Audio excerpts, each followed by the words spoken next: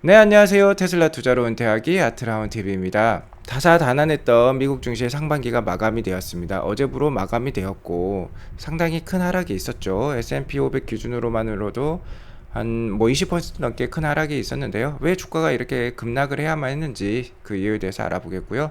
기가 텍사스가 공장을 확장한다고 합니다. 무려 14,000평이나 된다고 합니다. 네, 오늘 3대 지수 현황부터 살펴보고 가도록 할게요. 자, 3대 지수 모두 장중 빠지면서 0.8%에서 1.33%까지 빠지는 모습을 보여주었고, 나스닥은 11,000포인트를 지키는 모습을 그래도 보여주었습니다. 자, 이렇게 상반기가 마감이 됨으로써 이번 상반기는 전고점 대비 20% 이상 빠지는 공식 약세장에 들어섰고요. 1970년 이후 가장 저조했던 상반기였다라고 보시면 될 것 같습니다. 오늘은 장 시작 전에 5월 개인 소비 지출 즉 PCE 지수가 발표가 되었는데요.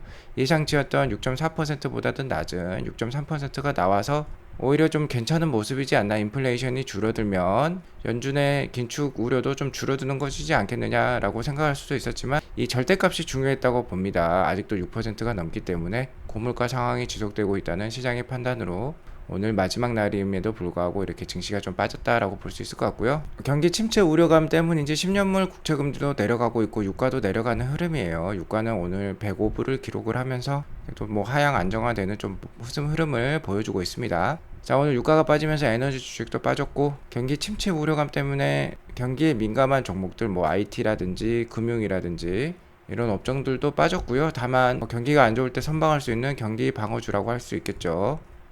필수 소비재라든지 필수적인 제약 회사들은 좀 괜찮았다라고 보시면 될 것 같습니다. 다시 한번 러시아가 우크라이나 쇼핑센터에 미사일을 쏘는 등 그런 뉴스들이 있었으니까 오늘 방위 산업주는 좀 괜찮았네요. 오늘 시장에 좀 안도감을 줄 만한 PCE 지수가 발표되었다고 저 개인적으로는 생각하는데요. 시장은 그렇게 생각하지 않는 것 같습니다. 연준에서 가장 주목하는 물가 지수는 바로 미국의 근원 PCE 지수라고 할 수 있겠는데요. 에너지와 식품을 제외한 개인들이 가장 소비를 많이 하는 영역에 대해서 물가 지수를 이렇게 이야기하고 있습니다. 6월 30일 날 발표된 5월 근원 PCE 지수는 예측치가 4.8이었는데요. 발표가 4.7이 나오면서 오히려 좀 낮아지는 모습, 완화되는 모습을 보여주었고, 이를 트렌드로 삼으면은 3월에 5.2%를 기록하면서 4월, 6월달 계속 낮아지는 흐름이에요. 여기 보시면 화살표가 계속 낮아지고 있죠. 최근에 월마트나 미국의 타깃 이런 소매업체 체인들이 계속해서 재고가 쌓이면서 오히려 할인해서 판매하고 있는 상황을 보여주고 있습니다. 자, 그런 게 시장에 반영되고 있는 모습이고요. 다만 이런 지수들은 전년 대비 상승률을 보여주고 있기 때문에 당연히 전년에 좀 낮았기 때문에 지금은 상당히 좀 높게 나오는 흐름이 당분간 지속될 수 있습니다. 다만 그 트렌드, 그 추세는 하향되고 있다는 거 우리가 한번 확인해 둘 필요가 있겠고요. 연준의 물가 목표치는 2%대죠. 하지만 근원 PCE 지수도 지금 4%가 넘는 상황이기 때문에 여전히 긴축 정책이 이어질 수밖에 없겠다라고 볼 수 있을 것 같고요. 개인 소비 지출, 그러니까 PCE 지수, 근원 PCE 지수가 4.7%이고 연준은 이를 가장 많이 참고를 합니다. 그렇기 때문에 아직 2%대와는 괴리가 있는 것이죠. 7월까지는요 75bp 자이언트 스텝 금리 인상을 월가에서는 전망을 하고 있습니다. 50에서 75bp 이렇게 기대를 하고 있는 것이죠. 경기 침체를 감수하더라도 물가부터 잡겠다는 게 연준의 의지이고요. 최근에 ECB 유럽 중앙은행 회의에서도 분명하게 이 사실을 밝혔죠. 파월 의장은 계속 이렇게 얘기를 하고 있습니다. 고통이 있더라도 인플레이션에 대항할 필요가 있다. 과도한 긴축에 대한 위험이 있지만 이보다 더 큰 실수는 물가 안정에 실패하는 것이다. 즉 하반기에도요 여전히 긴축은 지속될 것이다, 금리 인상은 지속될 것이다 라고 예고를 하고 있습니다. 아무튼 S&P 500 지수는요 2022년 상반기에 20.6%나 하락을 했습니다. 역대 네 번째로 안 좋은 상반기였다라고 볼 수 있을 것 같아요. 그리고 1962년에 26.5% 하락 이후에 가장 최악의 상반기였다라고 볼 수 있을 것 같고, 다만 미국 증시 역사상이요 상반기 때 20% 이상의 하락을 기록했으면 하반기 때는 좋은 모습을 보여줄 때가 많았습니다. 하반기 때 어느 정도 반등을 기대해 볼 수 있을 것 같고요.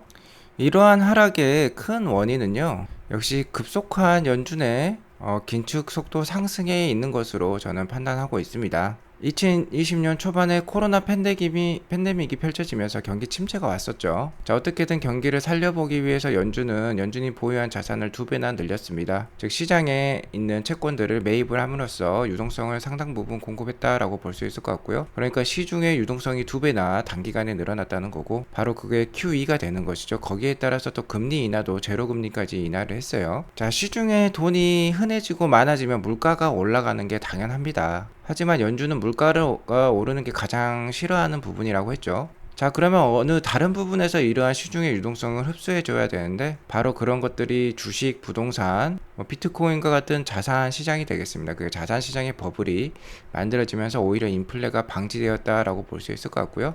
코로나 팬데믹에 따라 국가 간의 무역이라든지 인적 교류가 줄어들면서 역시 재화와 서비스의 공급 부족 문제 사태가 벌어졌었죠. 자, 자산 시장의 버블이 만들어지면서 인플레를 방지했지만 여전히 글로벌 시장의 물건과 서비스의 공급 부족 문제가 불거지면서 인플레가 다시 시작이 되었다라고 볼 수 있겠습니다.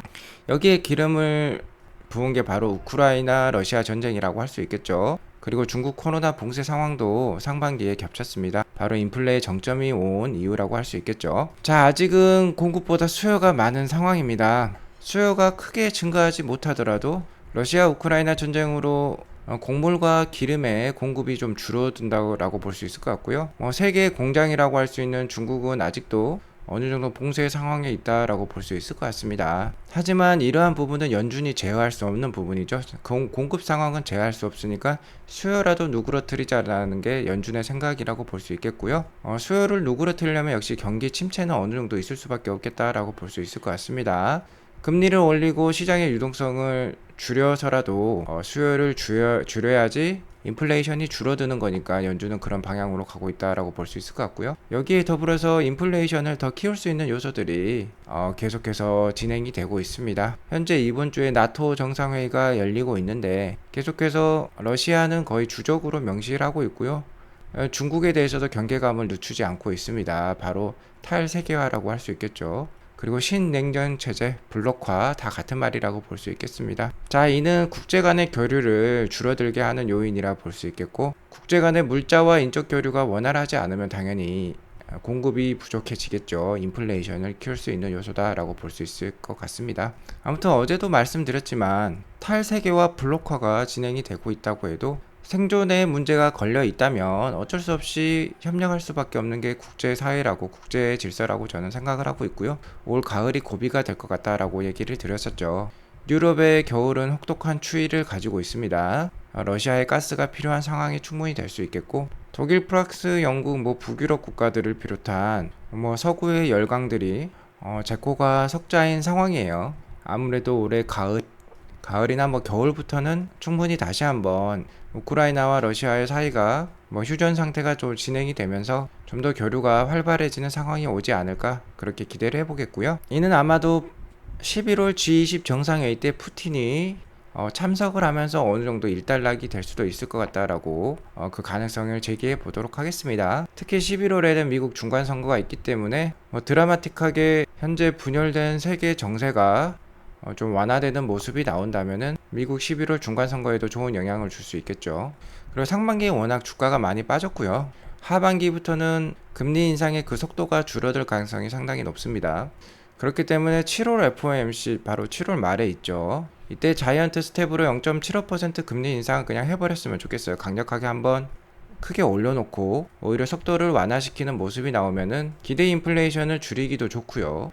하반기 때 금리 인상 속도를 늦추기에도 좋은 그런 배경이 될 수도 있겠죠. 예를 들어 9월에 이제 0.5%까지 금리 인상을 하게 되면 아마 미국의 기준금리가 3%를 넘어갈 것입니다. 3% 이상부터는 충분히 속도 완화가 예상이 될 수 있고요. 그러면 11월달, 12월달에 금리 인상 속도가 0.2% 정도로 줄어들면서 시장에 안도감을 줄 수 있고, 그러면 시장은 반등에 나설 수 있겠다라고 저는 생각을 하고 있고요. 어찌됐건 대세는 대체 에너지 플러스 생산성 향상이라고 저는 생각을 하는데, 상반기 주가 하락의 가장 큰 원인이었던 유가 상승과 노동력 부족은 바로 테슬라가 집중적으로 키우고 있는 사업 분야와도 밀접한 연관이 있습니다. 유가의 상승은 대체 에너지로 타개할 수가 있겠죠. 이렇게 솔라 패널과 파워월과 같은 배터리 팩, 그리고 전기차와 같은 모빌리티를 통해서 유가 상승 부분을 타개할 수 있겠고요. 공급 부족에 큰 영향을 미쳤던 게 바로 노동력 부족이라고 할 수 있는데, 노동력 부족은 옵티머스 프로젝트, 즉 테슬라 봇을 통해서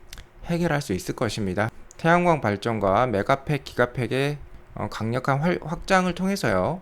만약 인플레이션이 현재와 같이 고착화가 된다면 오히려 이러한 트렌드는 훨씬 더 강력해질 것이다 라고 보고 있고요. 이러한 트렌드, 이러한 대세에 맞는 게 바로 테슬라라고 볼 수 있겠죠. 이러한 구조적 성장 산업의 1등 조직 바로 테슬라라고 볼 수 있겠습니다. 최근에 이러한 트렌드를 뒷받침할 수 있는 뉴스가 또 우후죽순 나오고 있는데요. 미국의 대표적인 승차 공유업체죠. 우버는 허르츠사와 파트너십을 통해서 테슬라 차량을 15,000대 렌트하기로 했습니다. 허르츠는 작년에 테슬라로부터 10만 대의 차량을 구매 계약을 했었죠. 자, 그 구매 계약했던 차량의 15,000대 분을 우버에게 제공을 한다는 것이고요. 우버에 소속된 드라이버 운전자들은요, 테슬라를 주당 약 $300에 임대를 할 수 있다고 합니다. 요새 너무 유가가 비싸니까 테슬라 모델 3에 대한 선호도가 상당히 높다라고 볼 수 있겠고요. 기존의 우버 운전자들은 95%가 넘는 운전자들이 전기차를 운전한 적이 없는데, 전기차를 운전했던 우버 운전자들의 92%가 다음 차량으로 EV 전기차를 구매할 고려를 하고 있다고 합니다. 현재 반즈라는 이름을 갖고 있는 한 여성 우버 운전자는요, 모델 3의 한 달 비용이 약 $450라고 해요. 여기서 임대료를 빼면 거의 운행 비용이 $150 수준으로 보입니다. 그러면은 코롤라를 사용했을 때 그 유류비가 한 달에 $600라고 하거든요. 그러니까 비용이 약 4분의 1밖에 안 든다는 거고요. 친환경차를 운전하면 팁도 높아진다고 합니다. 팁이 거의 수익이 2배라고 해요. 그러니까 우리가 이를 통해서 알 수 있는 부분은 유가가 올라가면 올라갈수록요, 인플레이션 상황이 되면 될수록 테슬라의 선호도는 높아진다라고 보면 될 것 같습니다. 어제가 바로 테슬라가 상장을 했던 날이라고 합니다. 12년 전에 테슬라는 나스닥 시장에 상장을 했는데요. 최근에 주가 하락이 크게 있었지만 현재까지 2만%라는 경이적인 주가 상승률을 보여준 회사가 바로 테슬라라고 볼 수 있겠고요. 올해 상반기 S&P 500이 20%나 넘게 큰 하락을 하면서 베어마켓에 들어섰고, 우리 서학개미 분들도 상당히 큰 어려움을 맞이하고 있지만, 앞서 말씀드렸다시피 테슬라는 대세 산업에 속해 있고요. 구조적인 성장주고 그 중에서도 1등 주이니까 테슬라에 필히 투자할 필요가 있겠다, 장기 투자할 필요가 있겠다라고 보고 있습니다. 잔잔한 파도보다는요, 큰 조류를 타야 합니다. 그래야지 멀리 길게 갈 수 있고요, 좋은 수익률을 올릴 수 있습니다. 대세에 올라타시길 바라겠고요. 이런 상황에서 테슬라는 계속해서 끊임없이 확장을 하고 있습니다. 주가는 내려갔지만 기업의 가치는 계속 올라가고 있다라고 보시면 될 것 같고요. 기가텍사스가 벌써 공장 확장을 또 예고를 하고 있습니다. 최근에 일론 머스크가 기가텍사스와 기가베를린은 돈 먹는 하마다, 돈 먹는 영광로다 라고 얘기하면서 뭔가 늦어지는 생산 램프업 속도에 대해서 불만을 드러내기도 했지만, 이를 타개하기 위해서 기가텍사스도 2170 배터리로 모델 Y 롱레인지를 생산을 해내면서 아마 주당 2,000에서 5,000대까지 생산할 수 있다는, 그리고 이는 실로 고무적인 일이라고 할 수 있겠고요. 기가 베를린도 주당 이제 1,000대, 1,500대 생산을 시작하게 되었는데, 기가 텍사스가 또 한 번에 그 속도를 또 뒤엎을 만한 사실을 얘기를 해냈고요. 어제 나온 뉴스에 의하면 기가 텍사스 공장 이렇게 전방에 이 정도 똑같은 모양의 부지를 더 늘려가지고 공장을 확장을 한다고 합니다. 이게 50만 평방피트에 달한다고 하고요. 우리나라 기준으로 보면 14,000평 축구장 6.3개 수준이라고 합니다. 어마어마하죠. 축구장 6개가 넘는다고 하면. 그런데 기가 텍사스 건물은 4층으로 되어 있어요. 그러니까 축구장 6.3개 곱하기 4가 되겠다라고 볼 수 있을 것 같습니다. 그러니까 축구장 24개, 25개에 해당하는 작업 공간이 늘어난다라고 보면 될 것 같고요. 여기에서 어떠한 작업을 할지는 아직 밝혀진 게 없습니다. 밝혀진 부분은 일단은 방금 그 해당하는 부지예요. 지상과 지하에 일단 파이프 작업, 배관 작업을 실시하겠다라고 공지를 하고 있고요. 아마 이 장소에는 우선 사이버 트럭 아니면 세미 트럭을 생산하지 않겠느냐라고 좀 추측을 해보고 있습니다. 앞으로 생산될 신제품들은 대부분 기가 텍사스에서 많이 생산이 될 거예요. 사이버 트럭은 이미 기가 텍사스에서 생산하기로 정해져 있지만 세미 트럭은 아직 어디에서 생산할지 정해지지 않았거든요. 아마 세미 트럭도 여기에서 생산할 수도 있겠다라고 보시면 될 것 같고, 나스닥 일봉 차트를 보자면 저번 주에 5일 상승했었는데 이번 주에 4일 내리 빠지면서 역시나 하락 추세를 또 한번 만들어주고 있고요. 다만 다시 한번 다음 주까지 1,500에서 10,000포인트 사이에서 저점을 형성하면서 반등을 보여줄 수 있다고 하면 뭐 쌍바닥의 모습을 보일 수도 있겠다라고 생각을 하고요. 아무튼 7월까지는 정말 유의할 필요가 있겠다라고 누누이 말씀을 드리고 있죠. 10,000포인트까지도 생각하는 그런 보수적인 투자, 분할 매수로 대응하는 투자를 이어갔으면 좋을 것 같고요. 테슬라는 이번 주 일요일 2분기 인도량 발표를 기다리고 있는 상황인데요. 다시 한번 다음 주에 뭐 한 620불까지 내려갈 수도 있을 것 같습니다. 자, 600불대 초반에서 잘 반등을 보여줄 수 있을지 좀 눈여겨볼 필요가 있겠고, 지금 이렇게 작은 박스권의 모습을 보여주면서 상승의 여력도 그렇게 크지 않은 상황입니다. 기술적 분석상으로 아마 한 760불대까지 상승을 하면 또 한번 뭐 재차 하락할 수도 있겠다 라고 생각을 하면서 투자를 이어나가면 좋을 것 같습니다. 아무튼 뭐 7월까지는 충분히 어려운 장세가 지속될 수 있지만 8월부터 연말까지는 그래도 괜찮은 주가를 보일 수 있을 것 같다라고 제가 계속 말씀을 드리고 있죠. 아무래도 그래도 상반기 최악의 상황보다는 그래도 나은 모습을 하반기 후반에 보여줄 수 있을 거라고 생각을 하고 있습니다. 자, 오늘 이렇게 방송을 마치겠고요. 오늘 방송이 도움이 되었으면 구독과 좋아요, 알람 설정 꼭 눌러주시기 바라겠습니다. 자, 오늘 불금이죠. 오늘 비도 안 오는 것 같은데 행복한 금요일 되시기 바라겠습니다. 감사합니다.